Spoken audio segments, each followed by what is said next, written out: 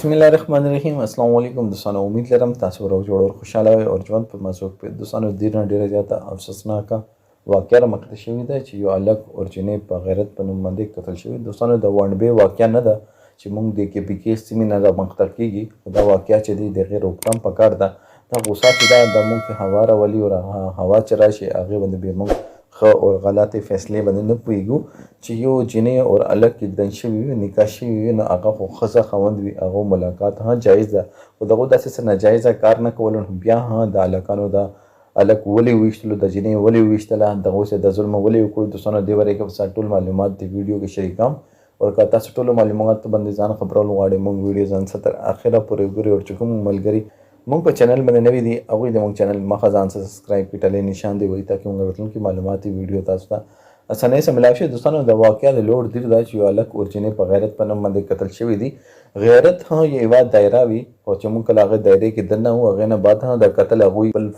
فرض ګڼي چې دا قتل چې دا اوس هغوی باندې واجب شوی دی او دا قتل به دوی ولا خامخا کیږي چې یو هلک اورجینې چې نکاح شوی دی اسلام کې هغوی رشته حلاله رشته ده هغې نه بعد که هغوی ملاقات کوي او ملاقات کې داسې څه ناجایزه کار نه کیږي. اسلام کې هر یو حدود دپاره یو حدود او فیصله او سزا ورته موجوده ده. هغې نه باوجود موږ خپل فرض او کله موږ خو ځان ته خپله یوه فتوا ولیکو چې دا فتوا چې ده او دا چیز چې ده دا موږ دپاره حلال شو چې ښځه خاوند چې یوه بل باندې هغوی رشته حلاله وه هغه ولې قتل کړو صرف په دې خبرې باندې چې هغوی بازار کې یوه بل سره لږ ټایم دپاره مخامخ شو او خبرې کولې د جینۍ ورونه راغلو او دا دواړه ډېرې زیاتې بې دردۍ سره قتل کړو. خامخا کلي نه به ورته څه نه څه وینا شوې وه کلي کې ورته چا پیغور ور کړی وي چې دوی دومره غوسې کې راغلل خو دا جینۍ هلک جینۍ ورونه چې دي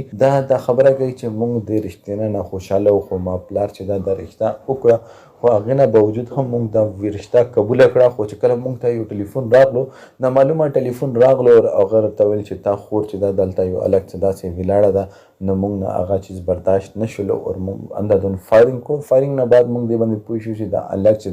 دا خو هغه هلک ده چې کوم څه دغه نکاح شوی و دا واده کېدنې وه یو څو مودې کې دوی واده شاپینګ شروع شوی دغه واده کوله دغه واده نه بعد به خپله زندګي ښه په خندا په خوشحالۍ تېروله خو منافقین چې دي هغوی دا پیغور چې دا یو داسې چیز ده چې سام سړي نه ځناور جوړوي او دلته د جینۍ ورونو نه داسې ځناور جوړ کړو چې د دواړه یې د دنیا فاني نه رخصت کړو او